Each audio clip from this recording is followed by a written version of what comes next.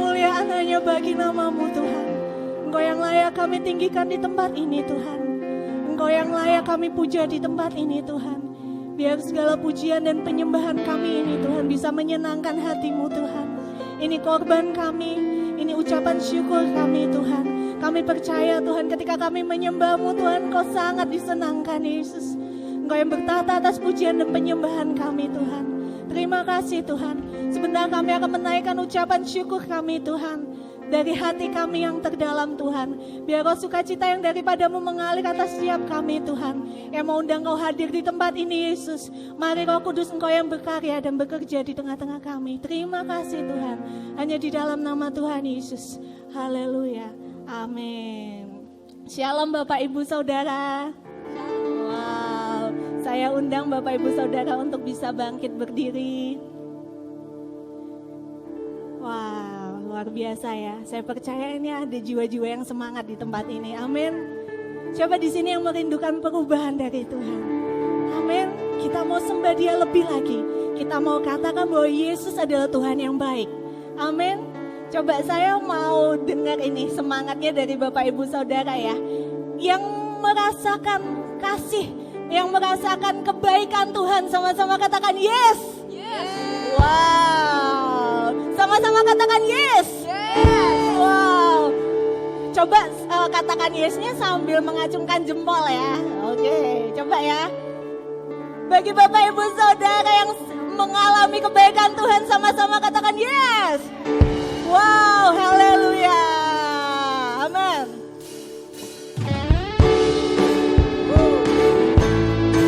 Ini ucapan syukur kami kepadamu Tuhan. Yes. Dengan hati bersyukur masuk di hadirat-Mu, membawa pujian bagi-Mu Yesus. Ku memandang wajah-Mu, bersuka di depan-Mu, sambil menceritakan kasih-Mu. Sama-sama ku mengangkat tanganku, bersorak-sorai bagi kebaikan-Mu. Katakan Kau baik. Engkau baik, sangat baik.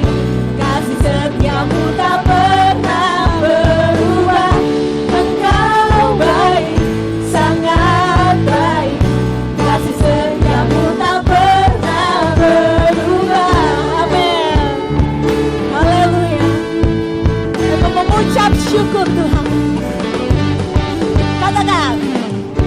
Dengan hati bersyukur masuk di hadirat-Mu, membawa pujian bagi-Mu Yesus. Kami memandang Kau Tuhan, wajah-Mu, bersuka di depan-Mu, sambil menceritakan kasih-Mu. Yes. Ku mengangkat tanganku, bersorak-sorai bagi kebaikan-Mu.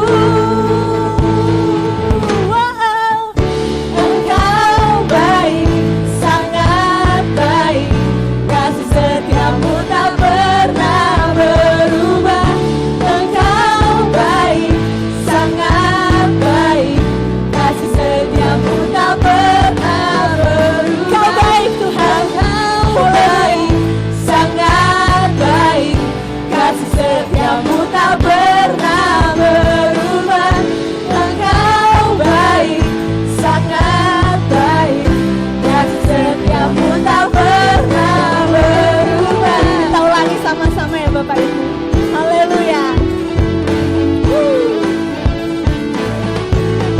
Katakan.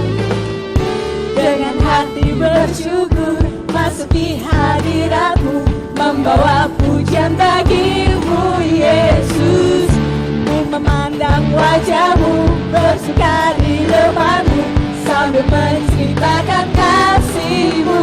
Ku mengangkat tangan kami, Ku mengangkat tangan. Kami mau bersyukur Tuhan, bersorak-sorai bagi kebaikan-Mu. Engkau baik, sangat baik. Kasih setia-Mu tak pernah berubah. Engkau baik, sangat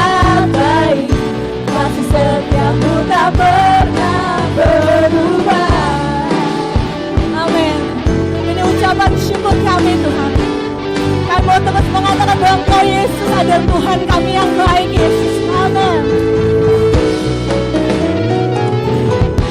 Yesus baik, sangat baik, kasih setiamu tak pernah berubah. Katakan Yesus baik. Yesus baik, sangat baik, kasih setiamu tak pernah berubah. Yesus baik, sangat baik, kasih setiamu tak pernah berubah. Ini dari hati kami, dan mau terus katakan kau baik Tuhan. Amin. Tak pernah berubah.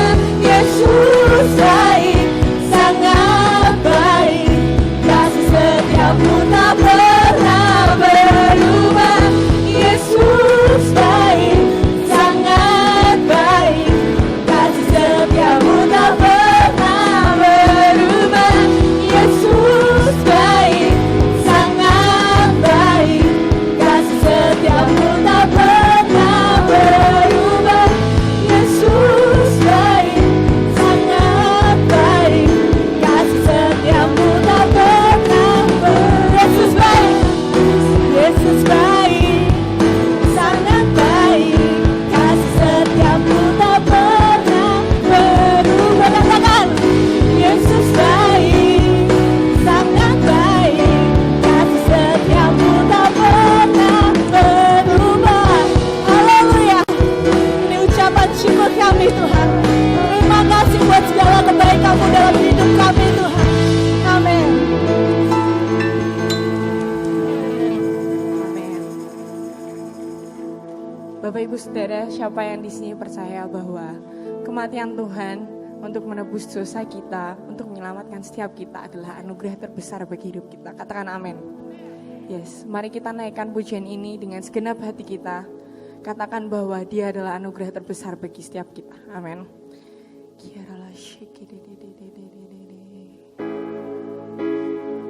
Terima kasih Tuhan.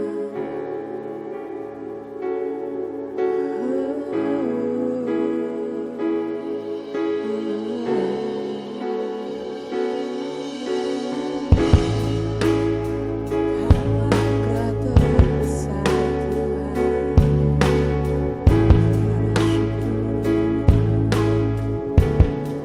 Mari sama-sama katakan.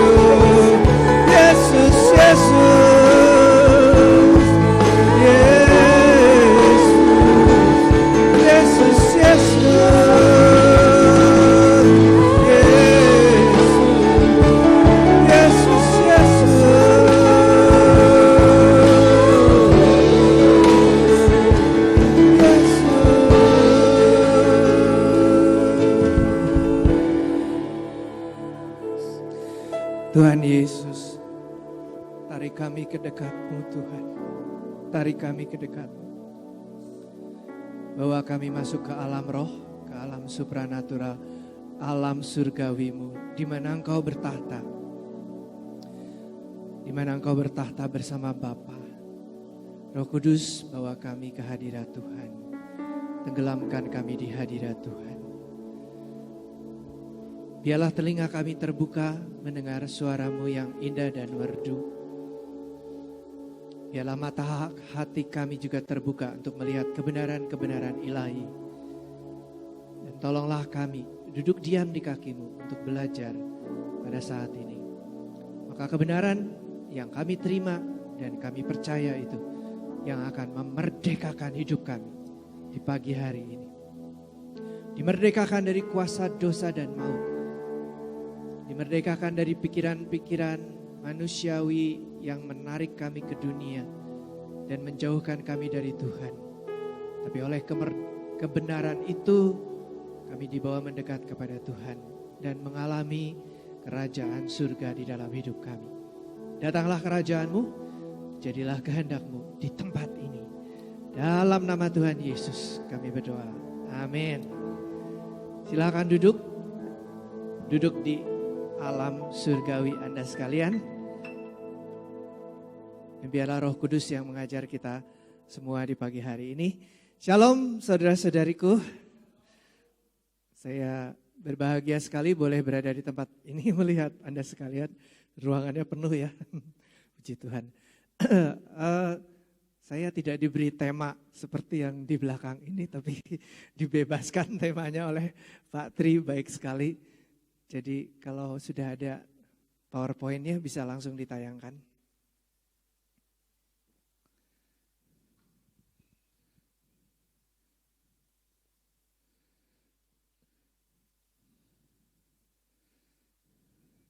Judulnya adalah Harta Kesayangan Tuhan.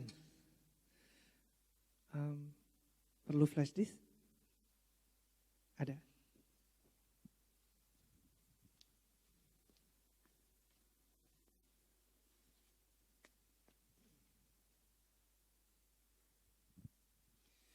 Ya, mungkin ditunggu sebentar. Kita berbicara mengenai harta kesayangan Tuhan. Apa itu harta kesayangan Tuhan? Biasanya kalau kita bicara harta, harta kita ya gitu. Tapi pernahkah kita bertanya-tanya, apakah hartanya Tuhan itu? Apalagi yang disebut harta kesayangan.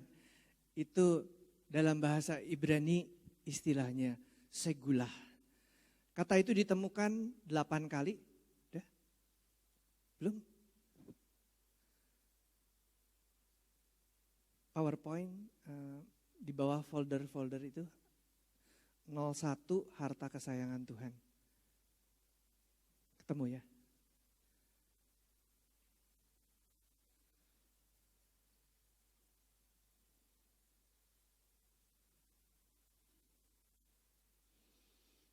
Kata itu ditemukan hanya 8 kali di dalam perjanjian lama.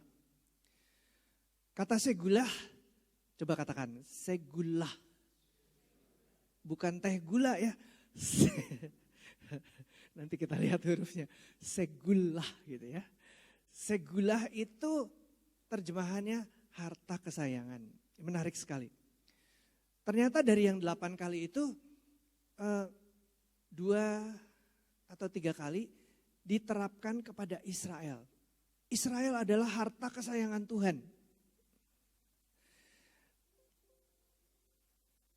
Tetapi kalau kita melihat kepada penggunaan yang lain, hanya 2 orang yang menyebut-nyebut mengenai harta kesayangan. Ini secara fisik, yaitu Daud dan Salomo. Daud itu menyiapkan hartanya sendiri untuk membangun bait suci. Ya, kan dia mau membangun bait suci, tapi Tuhan bilang, kamu ini adalah prajurit, kamu menumpahkan darah, kamu tidak boleh membangun bait suci, tidak layak gitu ya. Tapi nanti anakmu yang akan membangun. Daud tidak bilang, oh ya udah kalau gitu bukan tugas saya. Tidak, dia mengumpulkan harta, Lalu hartanya itu dipersembahkan untuk membangun bait suci, Salomo yang membangunnya. Salomo juga mempersembahkan hartanya sendiri dan istilahnya adalah segulah, harta kesayangannya. Segulah berarti harta yang dikumpulkan dengan upaya sendiri, dihimpun dengan upayanya sendiri, dan dipakai khusus untuk dirinya sendiri juga. Contoh misalnya ya, ini dalam bayangan saya. Misalkan Salomo itu mengalahkan raja di mana begitu. Lalu kerajaan itu dikalahkan, harta-hartanya dirampas. Salah satunya mungkin tahta raja itu. Dibawalah dan menurut Salomo bagus dia pakai sendiri misalnya begitu. Nah itu kan gak boleh dipakai orang lain ya. Atau mungkin ada raja Cina mempersembahkan tempat tidur dari batu jade giok gitu. Batu giok. Itu kan mahal sekali ya. Nah, dan dia senang, wah enak nih tidur di sini gitu. Jadi dia pakai buat sendiri. Itu namanya harta kesayangan. Walaupun harta kerajaan, tetapi juga adalah harta yang khusus dipakai hanya untuk raja di dalam hal ini. Sebentar saya masih mengingat-ingat. Itu ada, puji Tuhan. Oke, next. Itu judulnya.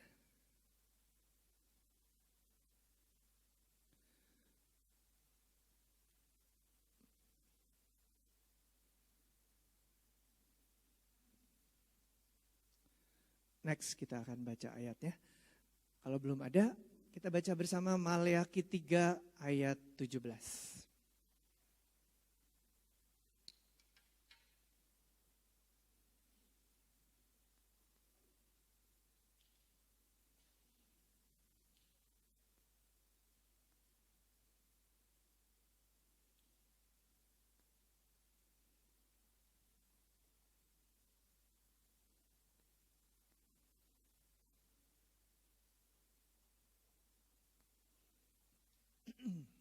Di situ 70 anggota Sanhedrin ditambah imam besarnya sebagai kepala menghukum mati Yesus. Mereka meninggalkan gunung batu keselamatannya dan menolaknya. Dan sejak itulah Israel tertolak, putus perjanjiannya. Apakah Israel masih bisa diselamatkan? Ya. Maleakhi 3 ayat 17 yang kita baca tadi itu bicara soal pada akhirnya, pada akhir zaman. Ya, mereka akan dipulihkan kembali ya, mereka akan kembali menjadi milik kepunyaan Tuhan. Tapi dengan cara yang sama seperti kita semuanya, yaitu melalui Yesus Kristus. Kalau masih nggak percaya, nggak bisa, terbuang. Ya, sekarang ini Israel masih bangsa yang kecil, bukan bangsa yang besar. Maksimal orang Israel itu cuma 30 juta di dunia ini. Maksimal 15 juta tinggalnya di Israel. Maksimal 15 juta tersebar di seluruh dunia. Di Eropa, terutama paling banyak di Amerika. Paling banyak lagi dari Amerika di New York. Itu orang Yahudinya banyak sekali di sana ya. Nah, tetapi mereka memang mempengaruhi dunia. Tapi berapa banyak yang Kristen? Sangat sedikit. Dari statistiknya, gak ada 1% yang di Israel ya. Kalau di Amerika mungkin lebih banyak. Tapi kalau yang di Israel, gak ada 1% yang Kristen. Yang disebut Yahudi Mesianik. Tetapi mereka dianiaya oleh teman-teman sebangsanya. Sama seperti di zaman perjanjian baru dan di zaman gereja mula-mula. Next.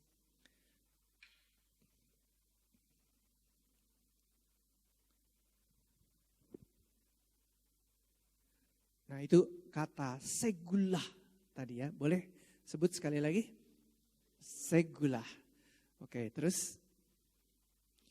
Nah dulu Israel, tetapi sekarang dia memberontak, maka dia kehilangan itu. Next.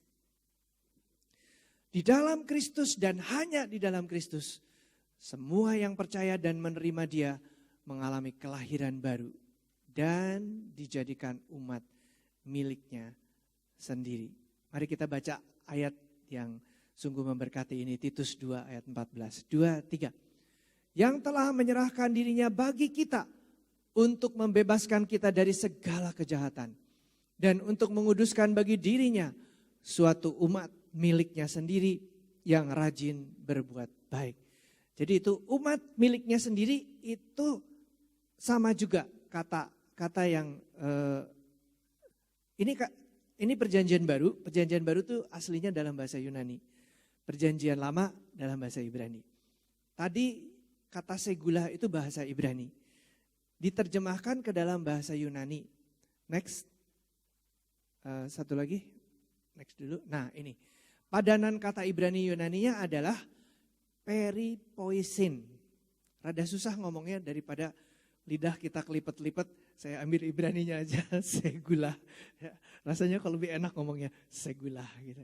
Nah jadi kata segulah itu padanan kata bahasa Yunaninya adalah peripoisin dan itu tepat dipakai di Titus 2:14 dan 1 Petrus 2 ayat 9. Kita mundur ke yang tadi, satu slide sebelumnya.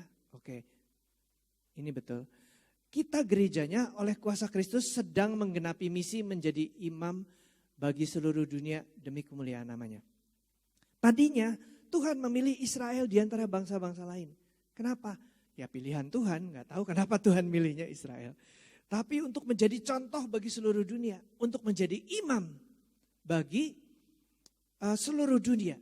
Sayang Israel gagal. Tapi kita gak bilang sayang juga.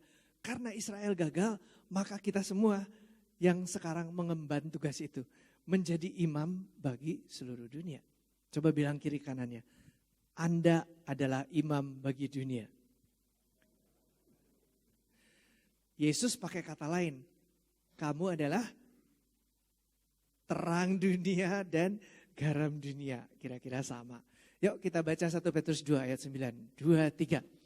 Tetapi kamulah bangsa yang terpilih, imamat yang rajani, bangsa yang kudus, umat kepunyaan Allah sendiri.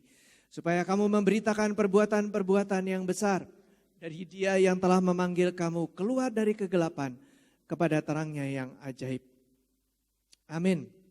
Di situ di tengah dikatakan umat kepunyaan Allah sendiri. Nah ini jarang dibahas. Biasanya kita imamat rajani, bangsa yang kudus. Oke. Tetapi umat kepunyaan Allah sendiri. Karena itu ngambil dari tema perjanjian lama. Apa kira-kira?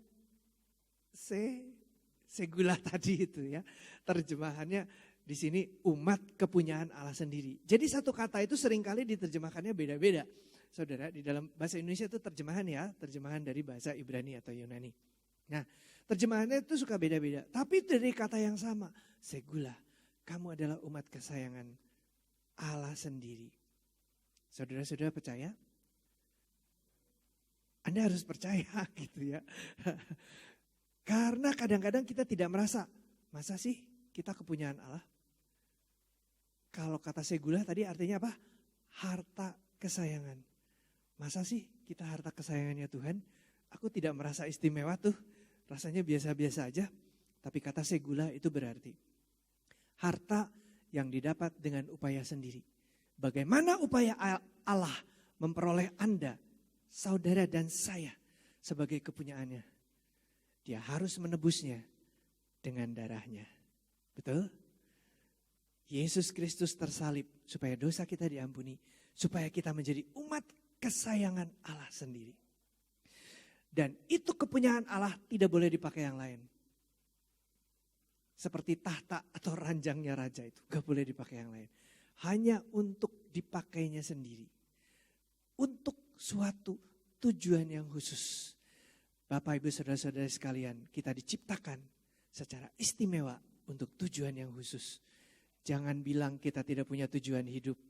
Mungkin anak-anak muda kadang-kadang belum tahu, aku nih kenapa ya? Buat apa aku ada di dunia? Sekali-sekali perlu tanya begitu. Buat apa saya ada di dunia gitu. Percayalah ada tujuan Tuhan yang khusus bagi Anda sekalian. Tunjuk kiri kanannya, bilang, ada tujuan Tuhan dalam hidupmu. Amin. Next.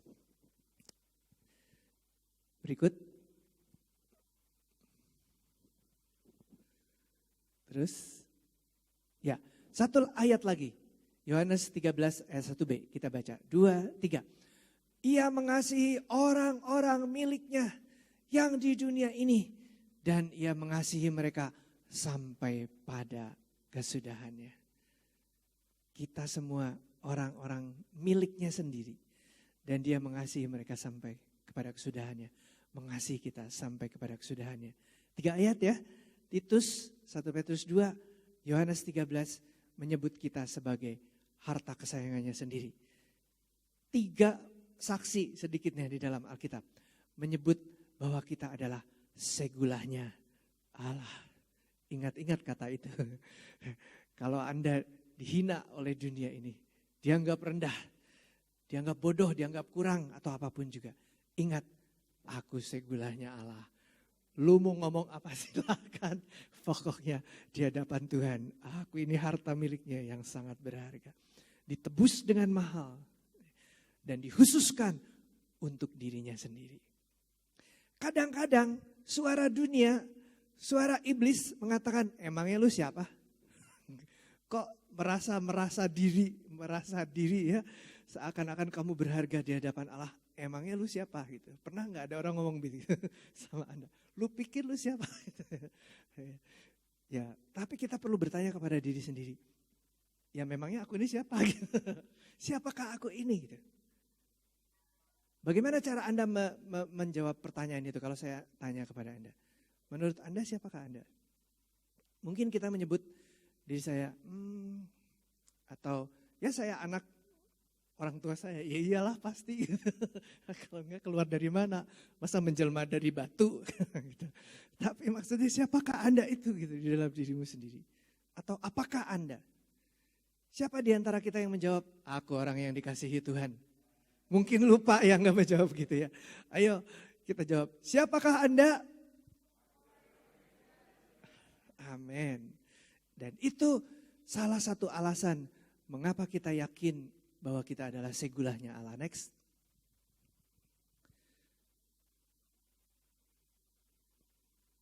Ya, kita dikasihi dengan kasih yang abadi. Mari kita baca. Ini salah satu ya, baru satu ya. Dikasihi dengan kasih yang abadi, Roma 8, 35 sampai 39. 1, 2, 3. Siapakah yang akan memisahkan kita dari kasih Kristus? Penindasan atau kesengsaraan atau penganiayaan atau kelaparan atau ketelanjangan atau bahaya atau pedang. Seperti ada tertulis, oleh karena engkau kami ada dalam bahaya maut sepanjang hari. Kami telah dianggap sebagai domba-domba sembelihan, tetapi dalam semuanya itu kita lebih daripada orang-orang yang menang melalui Dia yang telah mengasihi kita. Amin. Kita belum selesai nih, belum sampai ayat 39, tapi sampai sini dulu. Paulus berkata, jangan lupa ya, Paulus itu orang yang paling menderita. Salah satu orang Kristen yang paling menderita. Kalau kita baca di Alkitab, penderitaannya luar biasa.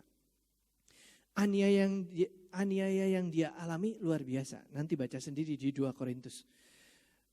Tapi Paulus berkata, saya yakin dengan nada gembira dan dengan keyakinan iman yang kuat. Dia berkata, siapa yang akan memisahkan kita dari kasih Kristus?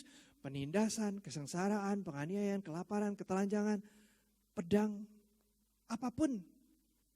Walaupun kami dianiaya, walaupun kami dalam bahaya maut sepanjang hari, walaupun kami dianggap sebagai domba sembelihan, dalam semuanya itu, bukan di luar. Kita kalau berdoa, keluarkan kami dari aniaya ya Tuhan. Jangan kami mengalami penderitaan ya. Tetapi firman-Nya menjanjikan apa?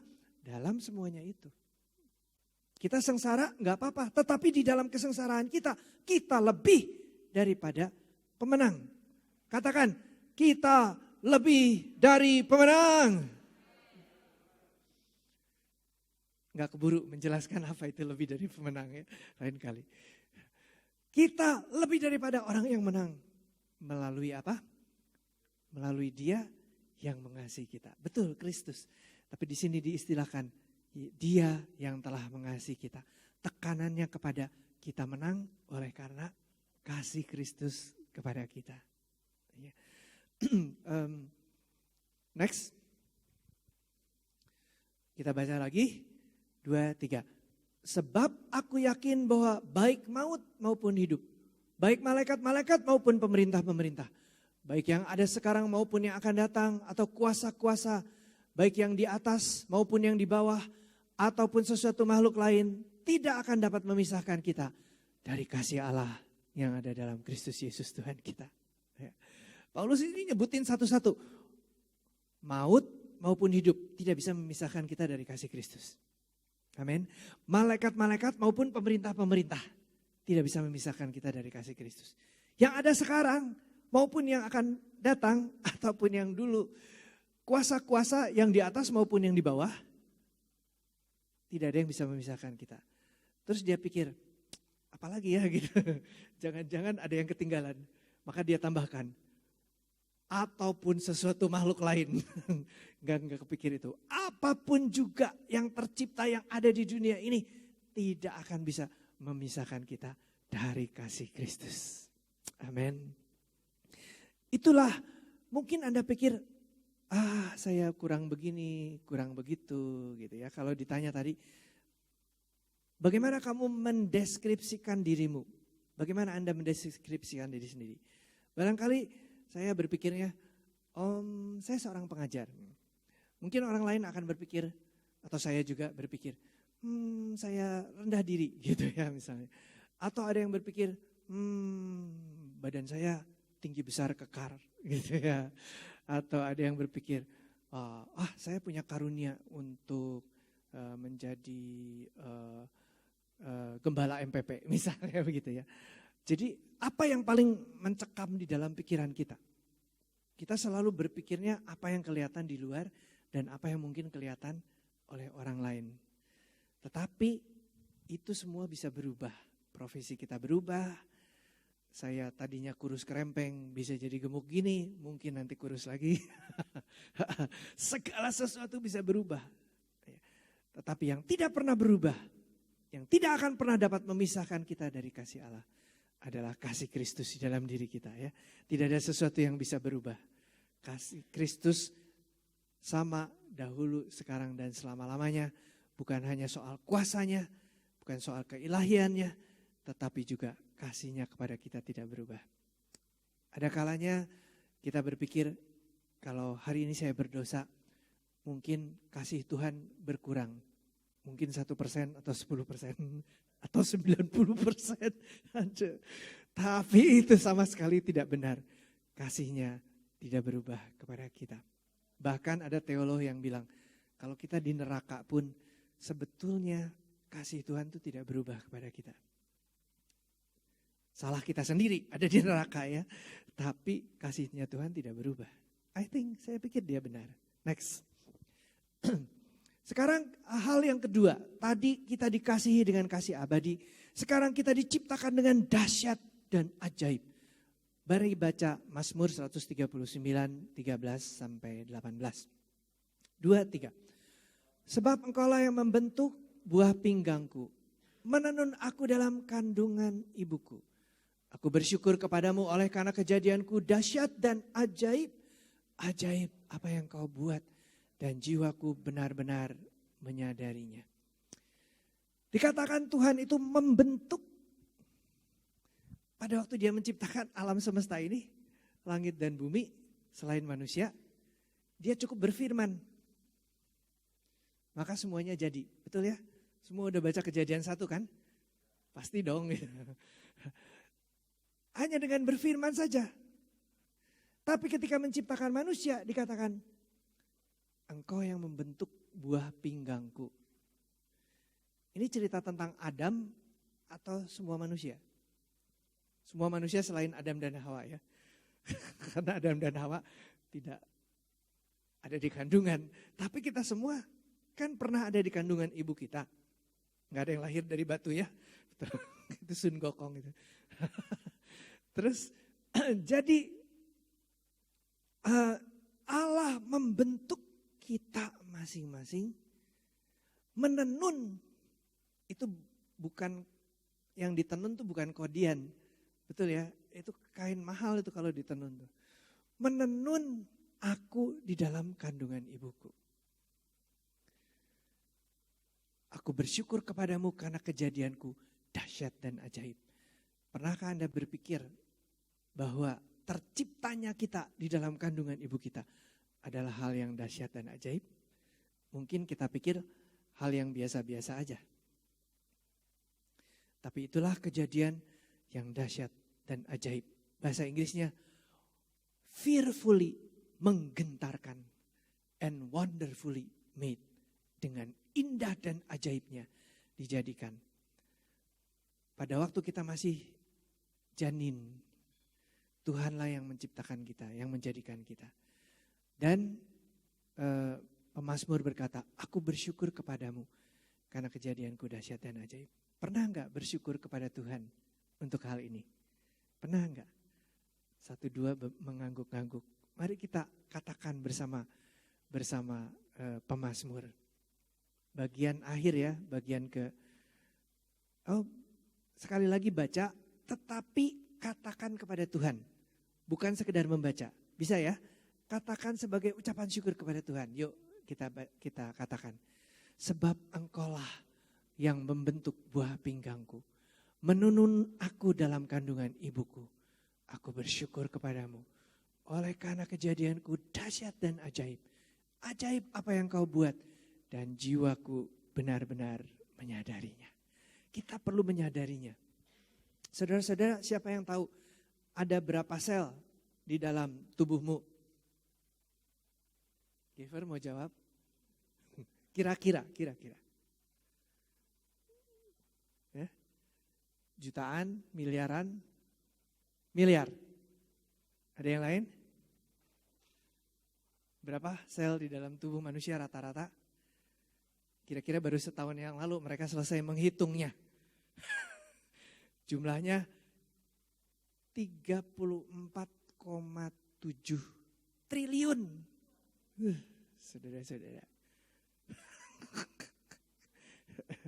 Banyak amat gitu. Itu semua dijalin Allah. Tidak ada yang kebetulan. Kadang kita berpikir, seandainya aku lebih mancung ya, orang lain kok mancung keluar, aku mancung ke dalam gitu. Seandainya badan saya lebih tinggi, seandainya saya lebih tampan atau lebih cantik, seandainya dan seandainya kita tidak menerima diri kita apa adanya. Tapi mulai hari ini percayalah bahwa kejadianmu dahsyat dan ajaib. Tidak kebetulan tubuhnya seperti itu. Bahkan saya punya argumen untuk Nick Vujicic ataupun siapa itu? Johnny Erickson Tada ya. Mereka sendiri akhirnya menemukan dan mereka bersyukur untuk keadaan tubuh mereka. Kita yang kebanyakan nih, yang kelihatan saya kan normal-normal saja ya, masih utuh gitu badannya. Kita harus bersyukur kepada Tuhan tiap-tiap hari. Seperti pemazmur, jiwaku benar-benar menyadarinya. Nanti kalau pulang, lihat di cermin ya. Di kamarnya atau di kamar mandi. Lalu mulai bersyukur untuk semua di tubuh Anda. Karena bersyukur untuk punggungmu, pasti belum karena gak kelihatan. Kita gak ngelihat punggung kita sendiri. Bersyukur untuk rambut, mata, hidung, telinga, tangan, kaki. Jangan lupa organ-organ tubuh yang di dalam ya. Aku masih bisa bernafas dengan lega gitu ya. Gak usah beli oksigen. Aku masih, jantungku masih berdetak ya. Aku pencernaanku masih baik, makan apa aja masih bisa. Mengucap syukur untuk itu semua. Mungkin perlu setengah jam. Mungkin orang lain perlu lebih. Tapi sekali waktu lakukan itu. Terutama kalau hatimu lagi down. Ucapkan syukur, nantikan gembira lagi. Kejadianku dahsyat dan ajaib. Next, masih di Mazmur, kita baca 2, 3. Tulang-tulangku tidak terlindung bagimu ketika aku dijadikan di tempat yang tersembunyi. Dan aku direkam di bagian-bagian bumi yang paling bawah. Matamu melihat selagi aku bakal anak. Dan dalam kitabmu semuanya tertulis hari-hari yang akan dibentuk sebelum ada satupun daripadanya. Ada yang tahu jumlah tulang di tubuhnya berapa? Udah pernah ngitung belum? Rata-rata 206, maksimal 213. Tapi pada waktu kita lahir, masih bayi, tulangnya kira-kira 300. Loh kok bisa? Pada hilang kemana tuh tulangnya waktu besar? Gak ada yang makan tulangnya. Tapi tulang-tulang itu beberapa tulang bergabung menjadi satu. Pokoknya menjadi satu gitu.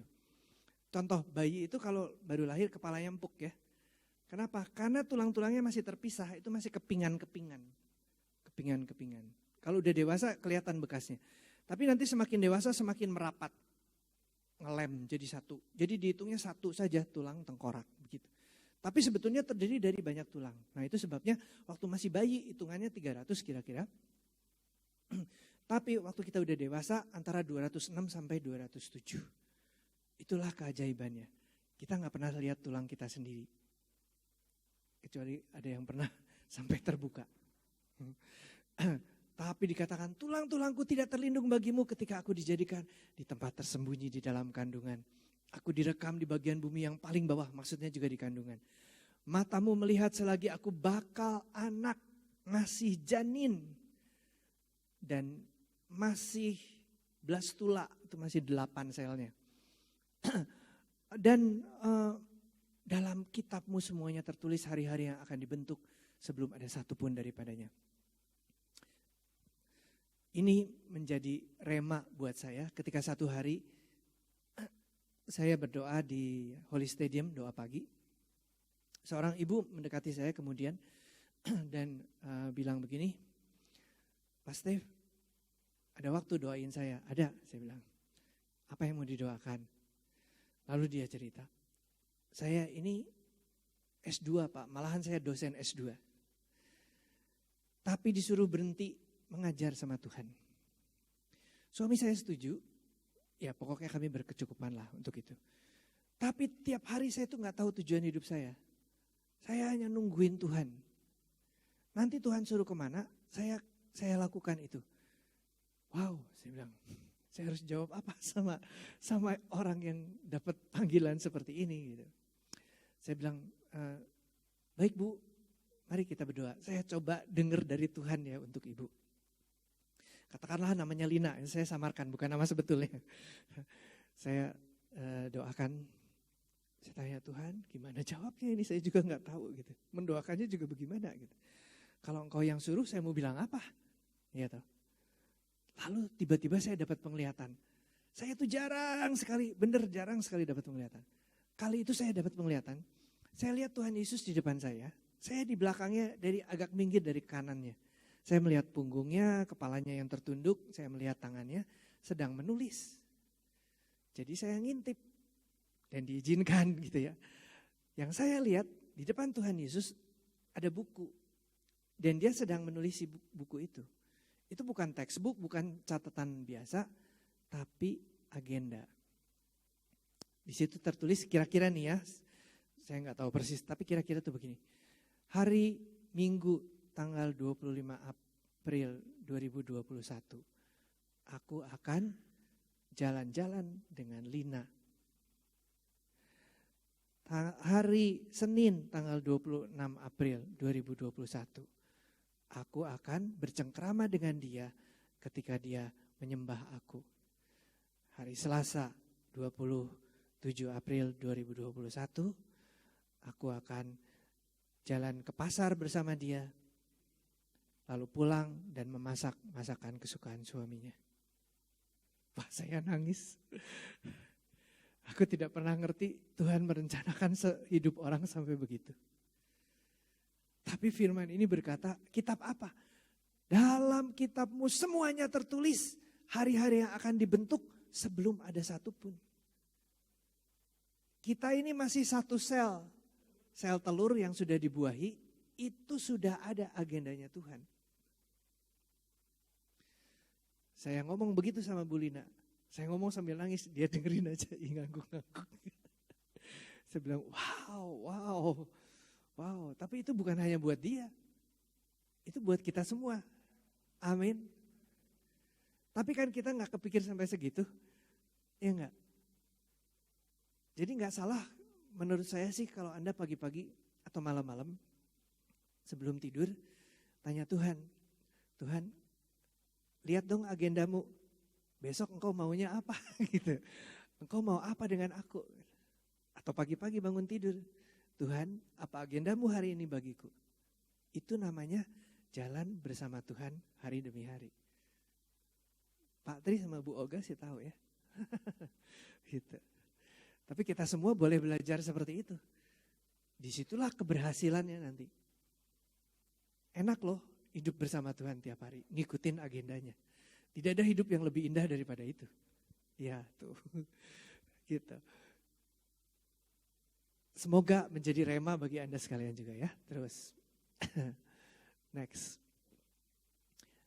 Dan dalam kitabmu semuanya tertulis hari-hari yang akan dibentuk. Ya ini tadi, sebelum ada satu pun daripadanya, berikut.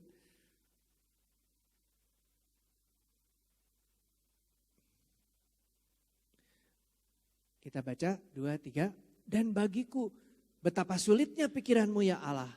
Betapa besar jumlahnya. Jika aku mau menghitungnya itu lebih banyak daripada pasir. Apabila aku berhenti, masih saja aku bersama-sama engkau. Bagiku betapa sulit pikiranmu. Ya jelas ya, pikiran Tuhan jauh daripada pikiran kita. Dan betapa besar jumlahnya. Tapi dalam konteks ini maksudnya adalah pikiran Tuhan yang tertuju kepada kita. Bukan secara umum. Tuhan tuh mikirin kita loh. Bukan cuma kita aja yang mikirin Tuhan. Tuhan tuh mikirin kita. Dan pemikirannya tak terhitung banyaknya. Ada yang pernah menghitung pasir? Sekilo aja gitu. Hitungin satu-satu.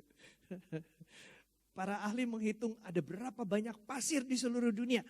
Dari seluruh pantai, pesisir, dari seluruh pegunungan, bukit-bukit, padang gurun. Gitu dihitungin kira-kira berapa. Next. Kelewat. Nah, jumlah pasir di planet bumi 7,5 kali 10 pangkat 18 butir. Atau 7 kuintiliun 500 kuadriliun butir. Tahu gak tuh kuadriliun tuh nolnya berapa? Setelah juta 6 digit kan, miliar 9 digit, triliun 12 digit. Terus kuadriliun 15 digit, kuintiliun 18 digit. Gitu. Jadi gitu banyaknya kira-kira. Udah gak usah ngitung lagi. Sebanyak itulah, lebih banyak daripada itulah pikiran Tuhan, katanya begitu. Lalu ini yang menarik, ternyata yang namanya pasir itu, yang betul-betul pasir ya, bukan kecampuran debu, itu di bawah mikroskop seperti ini. Nah, indah ya, kayak permen. Apa itu? Lebih indah dari permen malahan. Itu masih banyak gambarnya, boleh cari sendiri nanti di internet ya. Sense gitu, under microscope, banyak gambarnya gitu. Macam-macam semua, nggak ada yang sama. Indah gitu ya. Jadi pikiran-pikiran Tuhan yang indah-indah, yang jumlahnya tak terhitung banyaknya, tertuju kepada kita. Next. Dan dikatakan tadi, sewaktu aku bangun ya, dan sewaktu aku berhenti menghitungnya, masih saja aku bersama-sama engkau. Artinya tidak akan habis-habisnya. Kita pikir, oh ini udah 7,5, apa tadi, 7,5 kuintiliun. Ternyata masih ada juga pikiran Tuhan. Dan kalau kita sampai di surga, kita sudah hidup 1 triliun tahun. Masih menghitung-hitung pikiran Tuhan belum habis juga, saudaraku. Maka kalau kita percaya bahwa pikiran Tuhan tertuju kepada kita, kasihnya kepada kita abadi, kita berani berkata bersama pemazmur. Apa? Bagian yang kedua, 2, 3. Selidikilah aku ya Allah, dan kenalah hatiku, ujilah aku, dan kenalah pikiran-pikiranku. Lihatlah apakah jalanku serong, dan tuntunlah aku di jalan yang kekal. Kita bisa dengan tulus berkata begitu kepada Tuhan. Karena sekalipun jalanku serong, Sekalipun pikiranku jahat, kasih Tuhan tidak akan pernah berhenti. Dia masih akan mengampuni kita dan menuntun kita kembali di jalan yang kekal. Next. Yang ketiga, kita dipilih sejak sebelum dunia dijadikan. Sejak sebelum dunia dijadikan loh. Kapan dunia dijadikan? Gak tahu persis ya. Tapi dunia belum dijadikan, kita sudah dipilih oleh Allah. Bahkan sebelum jadi janin sudah dipilih.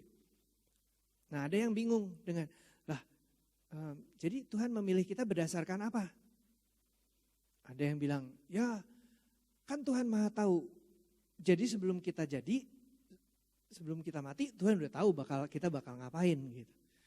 Tapi yang golongan Calvinis, Presbyterian, Reform, mereka percaya predestinasi itu berarti Tuhan dengan hak prerogatifnya menentukan. Yang ini yang bakal selamat, yang ini yang dipilih. Katanya begitu. Saya bilang, udahlah kita gak usah pikirin, itu mah urusan Tuhan gitu ya. Mau milihnya berdasarkan apa kayak gitu.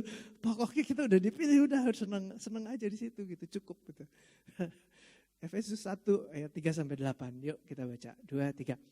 Allah dan Bapa Tuhan kita Yesus Kristus, yang dalam Kristus telah mengaruniakan kepada kita segala berkat rohani di dalam surga. Sebab di dalam Dia Allah telah memilih kita sebelum dunia dijadikan. Supaya kita kudus dan tak bercacat di hadapannya. Sebelum dunia dijadikan Anda sudah dipilih. Ayo bilang kiri kanannya, pastikan Anda sudah dipilih sebelum dunia dijadikan. Supaya apa? Supaya kudus dan tidak bercacat di hadapannya. Aduh, bisa gak ya saya tidak bercacat dan kudus di hadapannya? Jangan khawatir, ada Roh Kudus.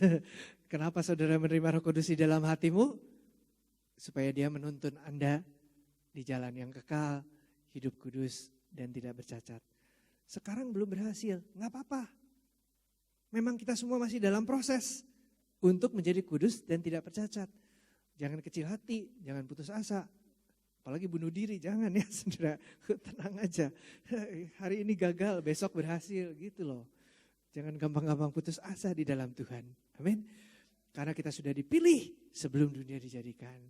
Kalau lihat film silat atau film-film laga begitu, biasanya tokoh-tokohnya, hero-heronya itu kalah dulu, baru belakangan menang. Nah, kita juga kayak gitu, gak apa-apa gitu. Sekarang kalah gak apa-apa, nanti besok menang ya. Tapi pada akhirnya kita pasti jadi karena Tuhan yang menjadikan kita. Amin. Next, ayatnya belum selesai. 2, 3. Dalam kasih Ia telah menentukan kita dari semula melalui Yesus Kristus untuk menjadi anak-anaknya sesuai dengan kerelaan kehendaknya. Supaya terpujilah anugerahnya yang mulia yang dikaruniakannya kepada kita di dalam Dia yang dikasihinya. Balik lagi soal dikasih ya. Dikaruniakannya kepada kita karena kita dikasihi ya. Dan Dia yang sudah menentukan kita dari semula sesuai dengan kerelaan kehendaknya. Oleh kehendaknya Anda dipilih. Masih ada enggak ya? Coba satu lagi. Oke, 2, 3. Sebab di dalam Dia kita beroleh penebusan oleh darahnya. Yaitu pengampunan dosa. Menurut kekayaan anugerahnya. Yang dilimpahkannya kepada kita dalam segala hikmat dan pengertian. Jadi kita ini ditebus. Ada seorang rabi. Katanya rabi terkenal, tapi saya gak kenal. Udah lupa juga namanya. Pokoknya rabi terkenal kata mereka. Satu hari nabi ini berkata begini kepada Tuhan. Oh Adonai Elohim katanya. Mari kita barter. Tuhan diajak barter. Engkau punya banyak belas kasihan dan kemurahan dan pengampunan. Saya punya banyak dosa. Mari kita barter. Dosa-dosaku ditukar dengan pengampunanmu. Lalu dia bilang, dan kalau engkau berkata kepadaku, itu barter yang tidak adil. Masa pengampunanku ditukar? kemurahanku ditukar dengan dosa-dosamu, di mana adilnya? Maka aku akan menjawab engkau. Tapi Tuhan, kalau engkau tidak memberikan pengampunan kepadaku, buat apa engkau menyimpan segala pengampunanmu yang banyak itu? Dasar Yahudi. Tuhan aja diajak barter, diajak dagang gitu.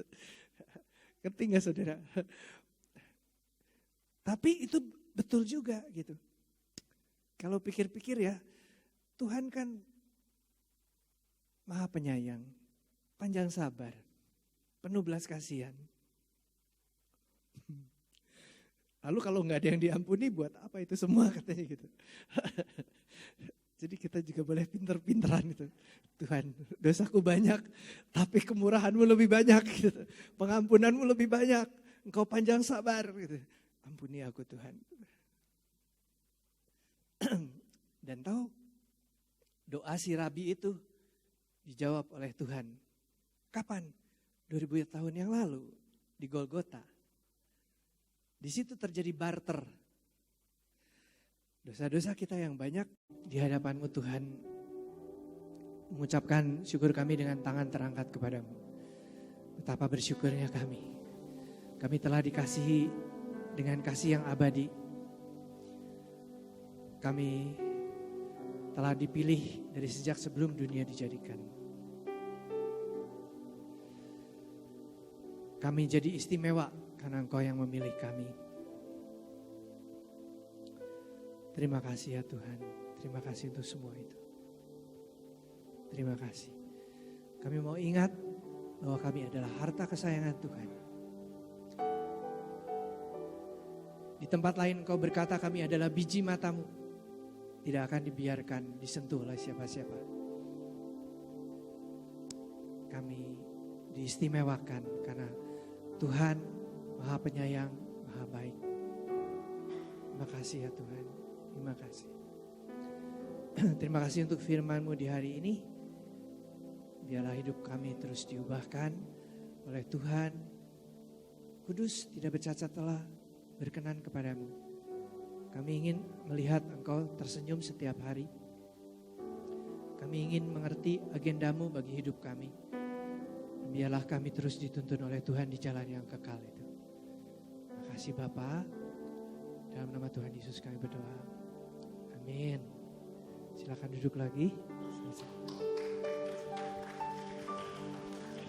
Saudara diberkati. Teriakan haleluya. Pak Stefanus waktu ngajar seperti ini langsung pikiran saya diarahkan ke sebuah film saudara.